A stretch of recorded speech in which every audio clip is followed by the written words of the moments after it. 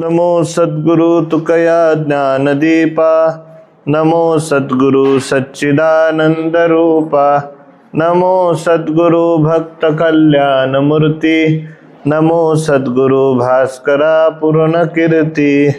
गुरुर्ब्रह्मा गुरुर्विष्णू गुरुर्देव महेश्वरा, गुरुर साक्षात परब्रह्म तस्मै श्री गुरवे नमः, तस्मै श्री गुरवे नमः।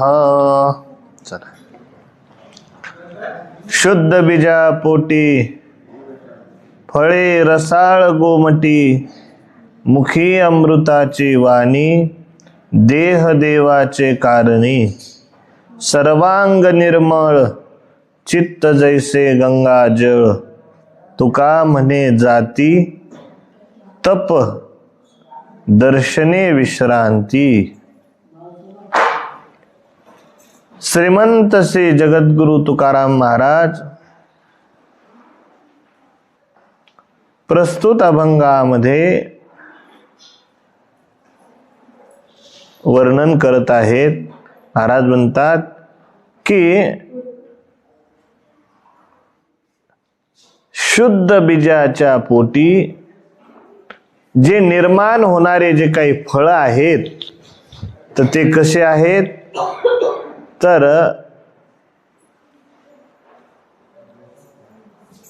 उत्तम असे फळ निर्माण होतात।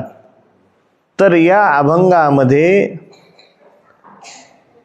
संतांचं वर्णन करत असताना जगद्गुरु तुकोबाराय म्हणतात की हा अभंग व्यावहारिक दृष्टीने आपण पाहतो तर बरेच जे काही कीर्तनकार लोक असतात तर या अभंगाशी आई वडिलांचा संबंध जोडताना आपल्याला दिसतात, हे की नाही। ते म्हणतात शुद्ध बीजा पोटी फळे रसाळ गोमटी, हे की नाही। आई वडील जर चांगले असतील तर त्यांच्या पोटी येणारे पुत्र संतती सुद्धा कशी असते, चांगली असे, असाही कीर्तनकार लोक अर्थ करतात, हे की नाही।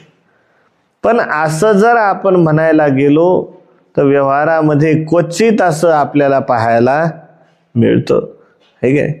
बहुतांशी बरेच लोक, काही लोक पारमार्थिक असतात, त्यांच्या घरामध्ये चांगले संस्कारही असतात, पण त्यांची जी होणारी संतती असते ती दुष्ट संतती जन्माला येते, हे की नाही। आणि म्हणून हा जो अभंग आहे तर हा आपल्याला साधू संतांच्या दृष्टीने तुकोबारायांना की संत जे असतात तर संतांच्या दृष्टीने आपल्याला जर विचार करायचा झाला तर साधू जीवनामध्ये त्यांच्याशी जर हा अभंग जोडायचा असेल तर मग नेमकं बीज कोणतं आहे आणि फल कोणतं आहे हे आपल्याला अगोदर जाणून घेणं महत्वाचं आहे, हे की नाही। मग साधूच्या जीवनामध्ये, संताच्या जीवनामध्ये बीज कशाला म्हटल्या जातं तर सांगतात की संताच्या अंतकरणामध्ये किंवा अंतकरणामध्ये असणारे जे काही विचार आहेत तर त्या विचारालाच बीज मानलेलं आहे। आणि त्या विचाराचा जो परिणाम आहे, परिणाम म्हणजेच काय, त्याचं फल आपण म्हणतो। अहो, आपण एखाद्या वृक्षाचं बी लावतो, समजा आंब्याची कोय तुम्ही लावली तर आंब्याच्या कोयीला तिच्यापासून आंब्याचा वृक्ष तयार होतो। वृक्ष तयार झाल्यानंतर काही कालांतराने आपल्याला त्याची काय मिळतात, मधुर अशी फळं खायला मिळतात, हे का नाही। मग मूलतः आपल्या अंतकरणामध्ये असणारे जे विचार आहेत तर ते विचारच बीज आहेत, है की नाही? मग आपल्या अंतःकरणामध्ये असणारे जे विचार आहेत, तर ते विचार कसे आहेत, ज्याने त्याने प्रत्येकाने स्वतःला प्रश्न केला पाहिजे. काय की माझे विचार दुसऱ्याविषयी कसे आहेत. जर आपलं अंतःकरण जर शुद्ध असेल तर शत्रू सुद्धा मित्र होतात.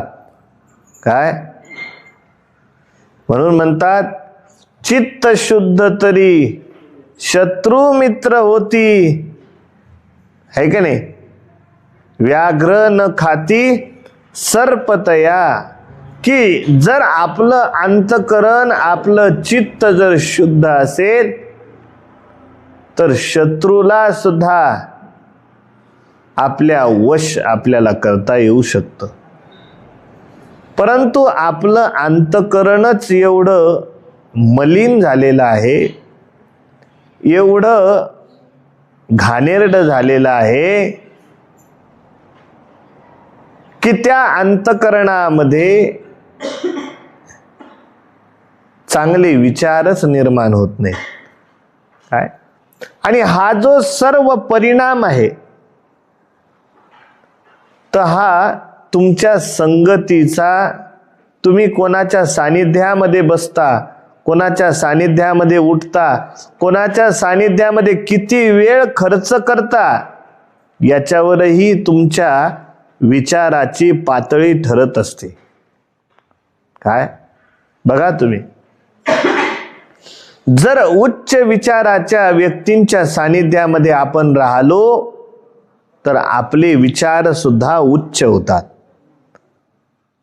आपण जर नीच विचारांच्या लोकांच्या सानिध्यामध्ये राहिलो तर आपले विचार सुद्धा नीच होतात. है की नाही. आणि म्हणून जीवनामध्ये अंतःकरणामध्ये असणारे जे विचार आहेत ते आपण शुद्ध करण्याचा प्रयत्न केला पाहिजे. पण मग ते सहजासहजी चांगले विचार येतील का? नाही. त्याच्यासाठी खूप नामस्मरण करावं लागेल, खूप पुण्य करावं लागेल. आपलं आता तुम्ही महिला आहात किंवा कोणी पुरुष असतील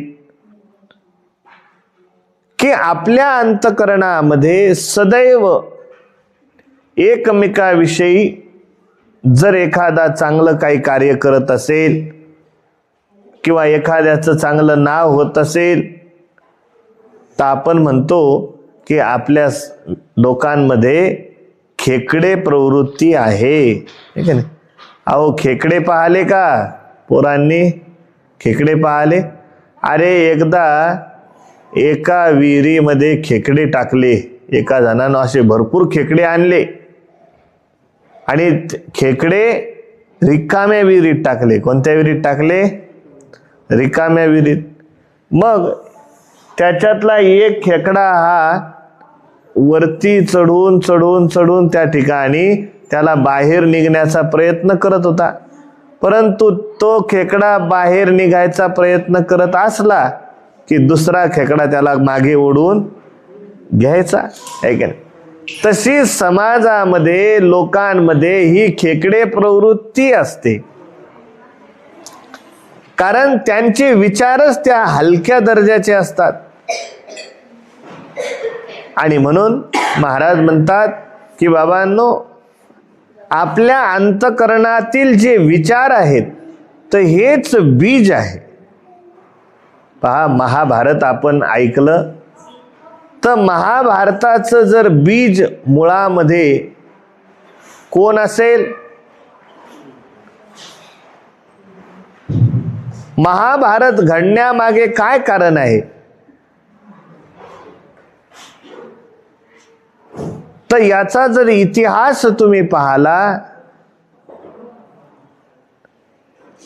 तर दुर्योधन असेल, दुःशासन असेल, शकुनी असेल, धृतराष्ट्र असेल, या सर्वांच्या अंतकरणाचा तुम्ही विचार करा. ज्ञानेश्वरी आपण श्रवण करतच आहात, है की नाही?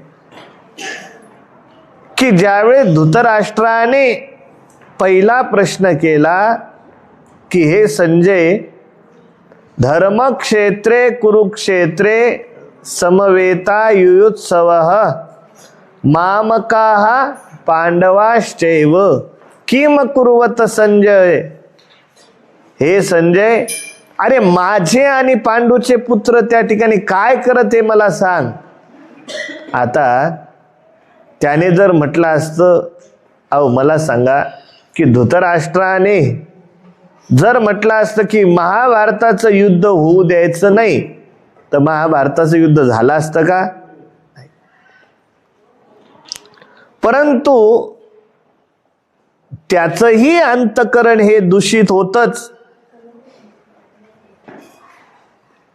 त्यासोबत दुर्योधन हा शकुनीच्या संगतीमध्ये राहिल्यामुळे त्या दुर्योधनाचे सुद्धा विचार हे शकुनीप्रमाणेच झाले. काय? कारण भगवान श्रीकृष्ण ज्यावेळेस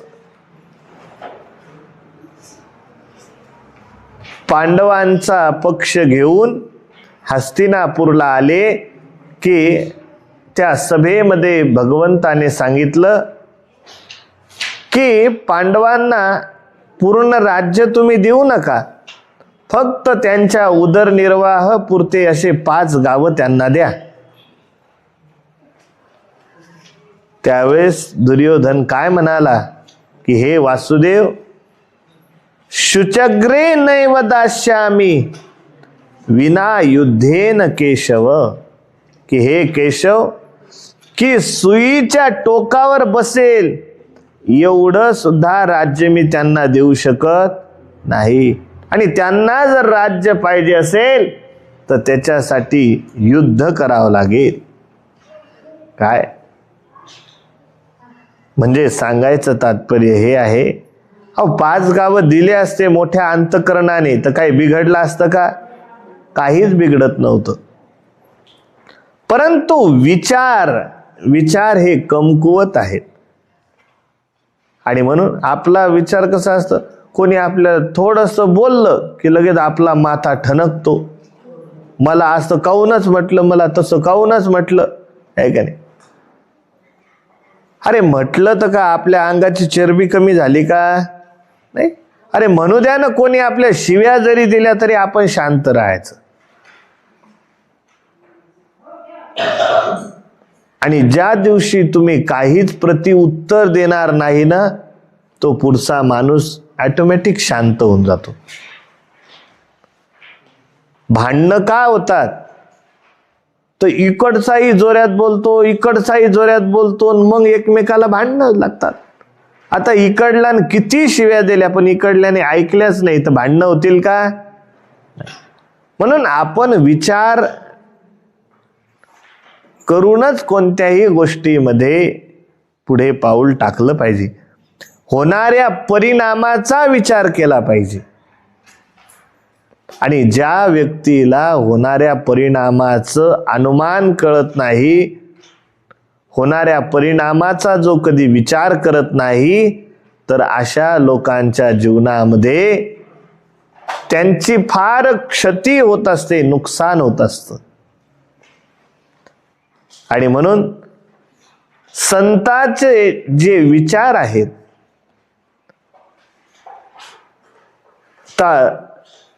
त्या विचारालाच बीज मानलेलं आहे. म्हणून जे जे आपण विचार करू त्या विचाराचं, त्या निर्णयाचं फल म्हणजे पुढच्या भविष्यामध्ये तुम्हाला ते फल रूपाने भोगावं लागेल. म्हणून म्हणतात, जर आपण आपल्या जीवनामध्ये चांगले विचार जीवनामध्ये ठेवले नाहीत तर भविष्यामध्ये तुम्हाला सुख प्राप्त होऊ शकत नाही. म्हणून हिंदी एक कवी अशी म्हण आहे कि बोया पेड़ बबुल का तो आम कहाँ से होए. अहो, बाभळीच्या वृक्षाचं बी टाकलं तर त्याला आंबे येतील का? येतील का? नाही येणार, त्याला काटेच येतील. तसं आपल्या अंतकरणातले जे काही वाईटच विचार नेहमी आपण लोकांना सांगत गेलो, वाईट विचारच पेरत बसलो, तर त्याचा परिणाम असा आहे की शेवटी तुम्हाला सुद्धा दुःखातच तुमचं जीवन व्यतीत करावं लागेल. है का? अहो, संतांचे विचार कसे आहेत की संतांनाही असं वाटतं की या जगाने सुधरावं. हे का नाही? ज्ञानोबारायांनी ज्यावेळेस ज्ञानेश्वरी लिहिली, ज्ञानेश्वरी लिहून पूर्ण झाली आणि आपल्या श्री गुरूंच्या समोर, निवृत्तीनाथांच्या समोर ज्ञानेश्वरी ठेवलेली आहे आणि श्री गुरूंना दोन्ही हात जोडून माऊली त्या ठिकाणी प्रार्थना करतात. कशाच्या रूपामध्ये? पसायदानाच्या रूपामध्ये. पसायदान आपण नित्य नेमाने म्हणतच असतो, सर्वांचं पाठही आहे. मग त्या पसायदानामध्ये माऊलींना ज्यांनी त्रास दिला अशांना त्या ठिकाणी ते लवकर मरोत असं माऊलींनी कुठे म्हणलं का? अहो, जगाने त्यांना किती वेदना दिल्या, किती त्रास दिला, परंतु साधूचा जो स्वभाव आहे, त्यांचं जे अंतकरण आहे, हे सदैव दुसऱ्यासाठीच तळमळत असते. दुसऱ्याचं कल्याण व्हावं याच्यासाठी साधू आपलं जीवन जगत असतात. तर ज्ञानोबारायांनी ज्यावेळेस पसायदान आपल्या श्री गुरुच्या समोर मांडलं, मागितलं त्यांना, तर त्याच्यामध्ये म्हणतात की जे खळांची व्यंकटी सांडो तया सत्कर्मरती वाढो. आहे का नाही? भूता परस्परे पडो मैत्र जीवांची. काय की जे दुष्ट आहेत, तर माऊली म्हणतात त्यांच्यातील दुष्टपणा निघून गेला पाहिजे, ते मेले नाही पाहिजे. अहो, भगवंत या सृष्टीची निर्मिती करतो आणि जेव्हा जेव्हा या पृथ्वीवरती अधर्म माजल्या जातो, अधार्मिक लोक वाढतात, आसुर वाढतात, तर तेव्हा तेव्हा भगवंत अवतार घेतो. अरे, है का नाही? गोस्वामी म्हणतात, जब जब होई धर्म की हानि बाढ़ ही असुर अधम अभिमानी तब तब धरी प्रभु विविध शरीरा हर ही कृपा निधि सज्जन पीडा. की भगवंत भूतलावर आल्यानंतर दुष्टांचा वध करतात आणि सज्जनांच्या पीडांचं काय करतात? हरण करतात. पण संत असे नाहीत.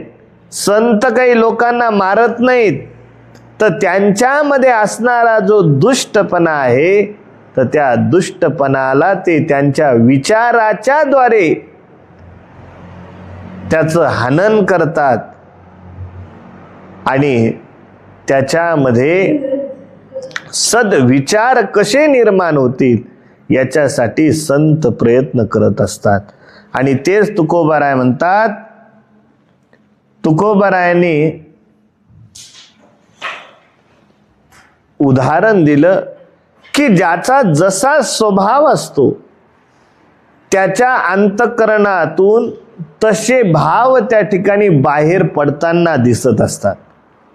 तुमचा स्वभाव जर चांगला असेल तर सदैव तुम्हाला असं वाटेल की दुसऱ्याचं चांगलंच झालं पाहिजे.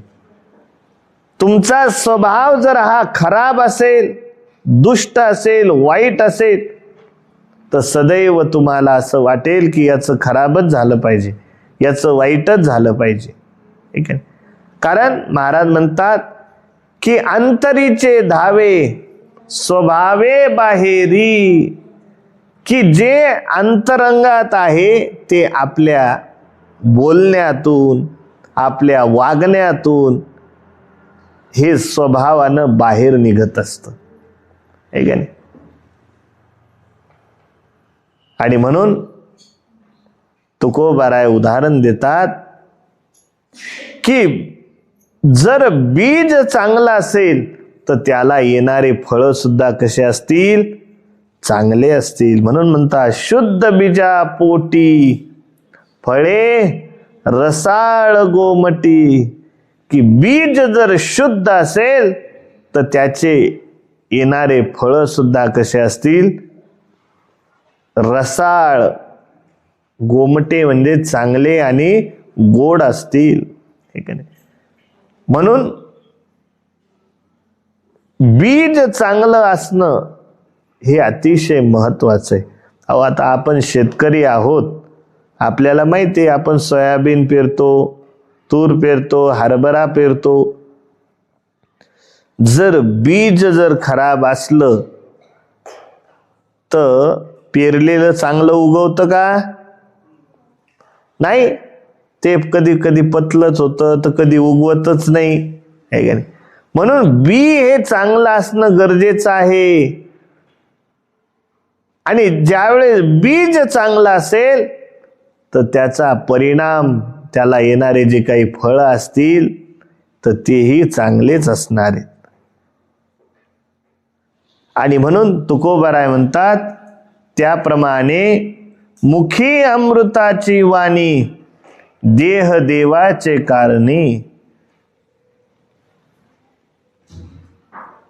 महाराज म्हणतात की त्याप्रमाणे ज्याच्या मुखात अमृतासारखी मधुर वाणी आहे त्याचा देह देवाच्या कारणी सेवेतच आहे म्हणून समजलं पाहिजे. पहा, मुखी अमृताची वाणी, वाणी ही अमृता समान असली पाहिजे. काय अहो आपण बोलतो पण आपली वाणी कशी आहे? कर्कशा. कशी आहे? कर्कशा वाणी आहे आपली. एखादा व्यक्ती काही करत असेल, जेवण करत असेल, अहो कधी कधी आपलं होतं की नाही, जेवता जेवताच आपण भस्कन काही बोलून जातो, पण त्या आपल्या बोलण्याचा, आपल्या वाणीचा त्या पुढच्यावर काय परिणाम होईल याचा आपण विचार करतो का? की आपण जर एक वाईट शब्द बोलला तर तो पुढचा त्याला घासा जेवण धकल का, याचा आपण विचार करतो का? आणि काही काही लोकांना असा स्वभावच असतो की जेवायला बसले की त्यांचं सुरू होतं, कोणाचं काही नेमकं चांगलं करायला बसले की त्यांचं, चार चौघात बसले की भांडणाचं ते मूळ काढतात. काय म्हणजे सांगायचं तात्पर्य काय आहे की वाणी अशी असली पाहिजे की तुकोबाराय म्हणतात की मुखी अमृताची वाणी, वाणी ही अमृतासारखी मधुर असली पाहिजे.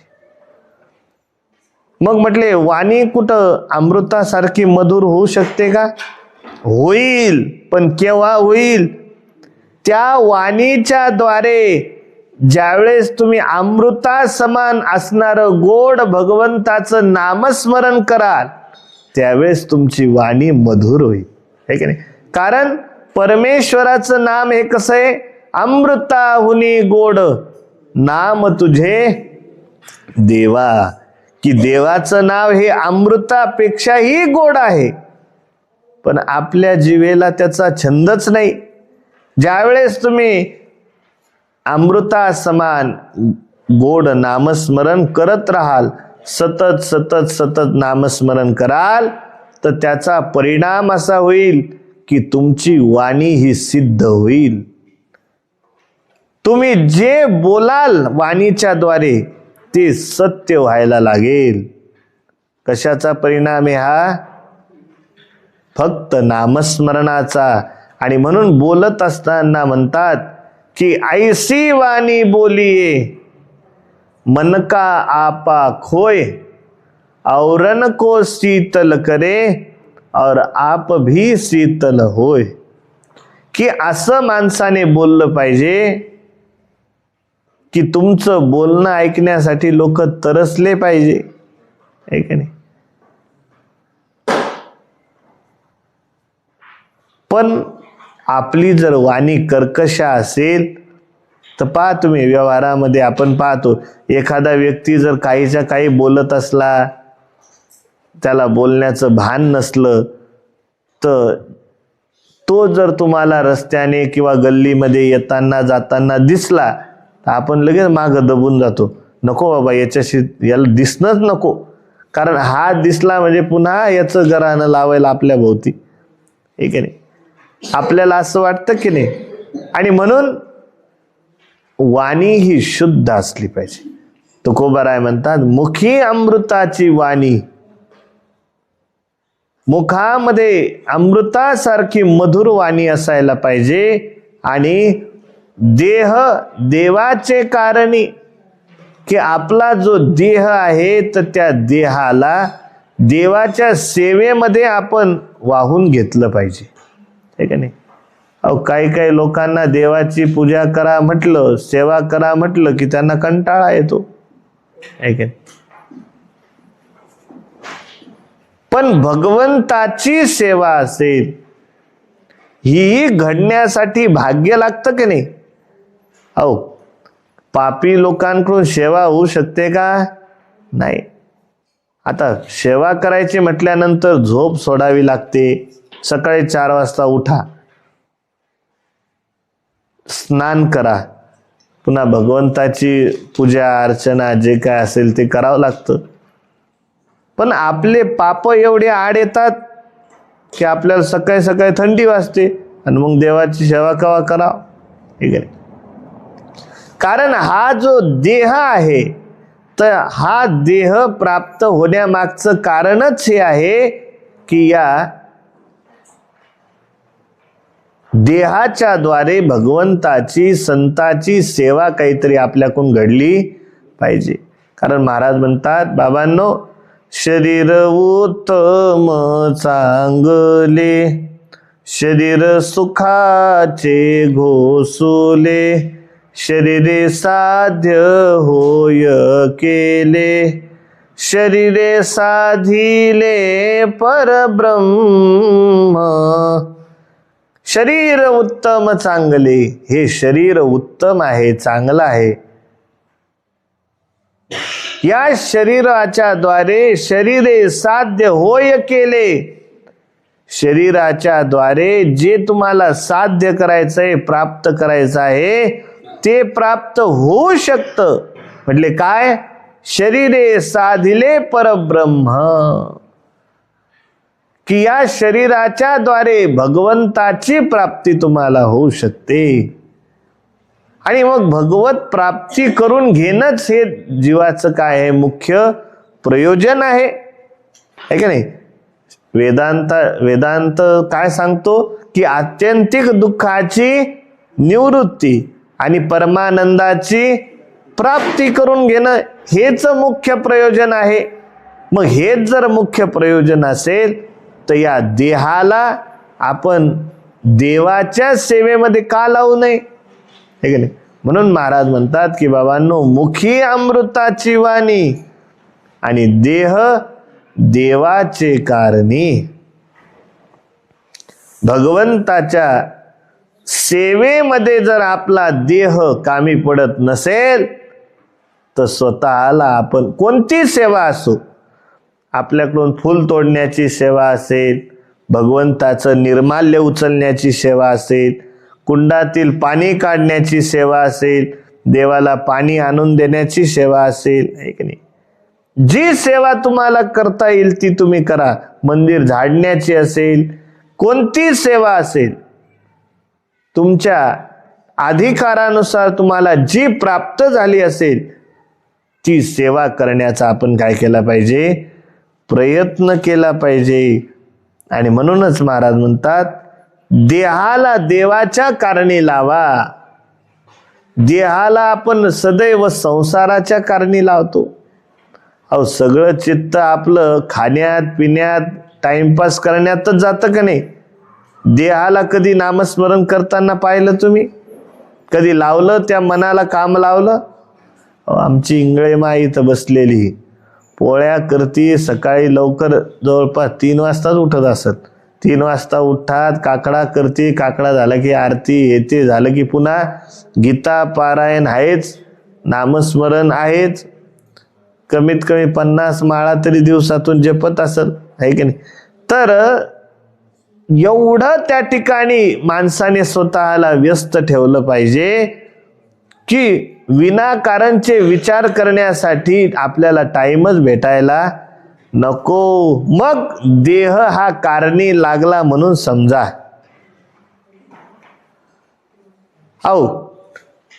शास्त्रकार म्हणतात की आहार, निद्रा, भय, मैथुन सर्व योनीशी समसमान आहे.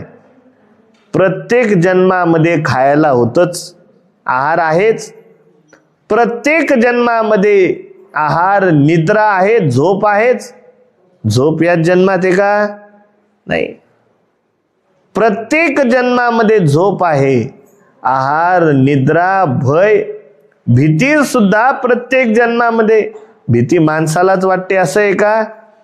कावळा असेल, कुत्रा असेल, मांजर असेल, कोणी असेल, त्याला मारण्यासाठी जर तुम्ही दगड उचलला तर ते काय करतं? पळून जातं, कारण त्यालाही भीती वाटते. नंतर जो प्रपंच तुम्ही संसार या जन्मामध्ये करत आहात तर तो या जन्मात आहे का? नाही. तुम्हाला तरी 2-2च लेकरं बाळ होता, 2, 4, 6 जे असतील ते. कुत्री ज्यावेळेस जणते तर एका टायमाला किती पिल्लं देते? 10-10 पिल्लं देते की नाही? काही काही जास्त देतात, काही कमी देतात.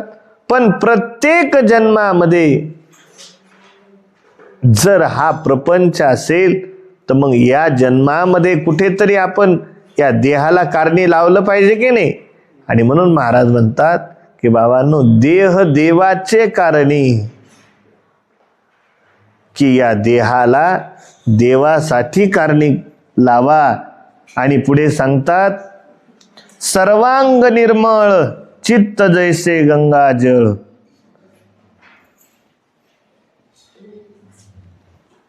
तुकोबाराय म्हणतात की ज्याचं सर्वांग निर्मळ आहे. सर्वांग म्हणजेच काय?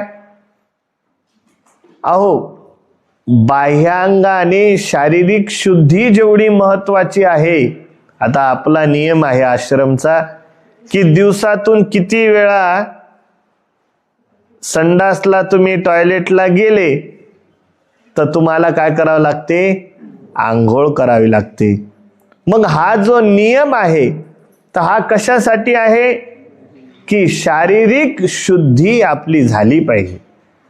आणि शारीरिक शुद्धी जर आपण पाहतो, गावाकडे गेलो, घरी गेलो की घरी हे नियम पाळतो का आपण? नाही. आणि त्याच्यामुळे तुमचा जो प्रभाव आहे, तुमचा जो स्वभाव आहे, हे सर्व त्याच्यावर अवलंबून असतं. आणि म्हणून देहाला पवित्र करायचं असेल तर म्हणतात, तन पवित्र सेवा की. शरीर हे पवित्र होतं कशामुळे? सेवा केल्याने.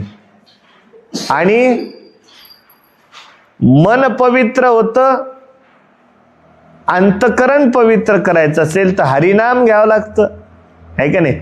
आणि तुकोबाराय म्हणतात की ज्याचं अंतकरणही शुद्ध आहे आणि बाह्यांगाने सुद्धा जो सुचिरभूत आहे तर अशा व्यक्तीला सर्वांग निर्मळ मानल्या जातं. म्हणून महाराज म्हणतात, सर्वांग निर्मळ चित्त जैसे गंगाजळ. की सर्वांगाने जो निर्मळ आहे आणि ज्याचं चित्त गंगेच्या पाण्याप्रमाणे पवित्र आहे. गंगेचं पाणी कसं आहे? पवित्र आहे. बघा, गंगेच्या पाण्याचा जर तुम्ही विचार केला तर गंगेचं पाणी तुमच्या बॉटलमध्ये तुम्ही घेऊन ठेवा आणि त्याच्या सोबत दुसरं पाणी घेऊन ठेवा. एखाद्या विहिरीचं घ्या, नदीचं घ्या किंवा कशाचंही पाणी घ्या. तर गंगेचं पाणी आणि त्या दोन्ही पाण्याला सोबत एका याच्यामध्ये तुम्ही वेगवेगळं एका ठिकाणी ठेवा. पहा, गंगेच्या पाण्याव्यतिरिक्त जे तुम्ही जल घ्याल तर त्या जलामध्ये थोड्या दिवसांनी किडे पडतात, ते जल अशुद्ध होतं. आजच्या काळातही तुम्ही पाहिलं तर गंगा जलामध्ये किती दिवस ते राहू द्या तर त्या गंगा जलामध्ये काहीच दूषण त्याला प्राप्त होत नाही, ते सदैव निर्मळ राहते, है की नाही. आणि म्हणून म्हणतात की केवळ वाणीनं गंगा म्हटलं तरी सुद्धा तुमचे सर्व पाप जातात. काय वाचे म्हणता गंगा गंगा सकल दोष जाती भंगा, की केवळ वाणीने गंगा म्हटलं तरी तुमचे सर्व दोष जातात. आणि तुकोबाराय म्हणतात की जो सर्वांगाने निर्मळ आहेच अशा व्यक्तीचं जर चित्त पाहिलं तर ते कसं असतं, चित्त जैसे गंगा जळ. ज्याप्रमाणे गंगाजल हे निर्मळ असते त्याप्रमाणे त्या व्यक्तीचं चित्त कसं असते, शुद्ध असते. आणि ज्या दिवशी तुमचं गंगा जळाप्रमाणे चित्त निर्मळ होईल, मग चित्त निर्मळ झाल्यावर काय होईल, येवोनी गोपाळ राहे तेथे. आणि म्हणून तुकोबाराय म्हणतात, तुका म्हणे जाती तप दर्शने विश्रांती, की अशा पुरुषांच्या दर्शनाने त्रिविध ताप जातात व जीवाला विश्रांती प्राप्त होते. असे जे काही सत्पुरुष आहेत तर अशा सत्पुरुषांच्या दर्शनाने तुका म्हणे जाती तप दर्शने विश्रांती, की अशा संतांच्या दर्शनाने त्रिविध ताप जातात. त्रिविध ताप कोणते कोणते आहेत? एक नंबर आहे आध्यात्मिक ताप, आधी दैविक ताप आणि आधी भौतिक ताप, है की नाही. तर हे तीनही ताप केवळ सत्पुरुषाचं संताचं दर्शन झालं म्हणजे निवृत्त होतात, है की नाही. आपण पाहतो दत्तात्रयाच्या आरतीमध्ये त्रिविध तापाची झाली बोळवण, एका जनार्दनी श्री दत्त ध्यान, है का नाही. असे त्रिविध ताप जे आहेत, तर त्रिविध तापाची जर निवृत्ती करायची असेल तर केवळ त्यांचं दर्शन जरी जीवाला झालं तर त्रिविध ताप जातात आणि जीवाला विश्रांती मिळते, है की नाही. विश्रांती ही आपल्या जीवनामध्ये नाहीच, सतत काही ना काही श्रम आपण करत असतो, है की नाही. मग त्या श्रमाची निवृत्ती जर करायची असेल तर त्याच्यासाठी आश्रम आहे. आश्रम शब्दाचा अर्थ काय होतो? आहा श्रमगतः आश्रमः, की ज्या ठिकाणी गेल्यानंतर आपल्या श्रमाची निवृत्ती होते, आपल्याला परम शांती मिळते, परम विश्रांती मिळते, त्याला आश्रम म्हणतात, है की नाही.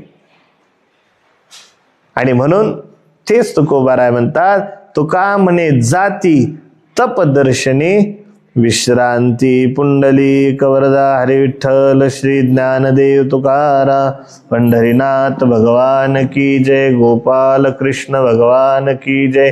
श्री गुरुदेव भगवान की जय. काशी विश्वनाथ भगवान की.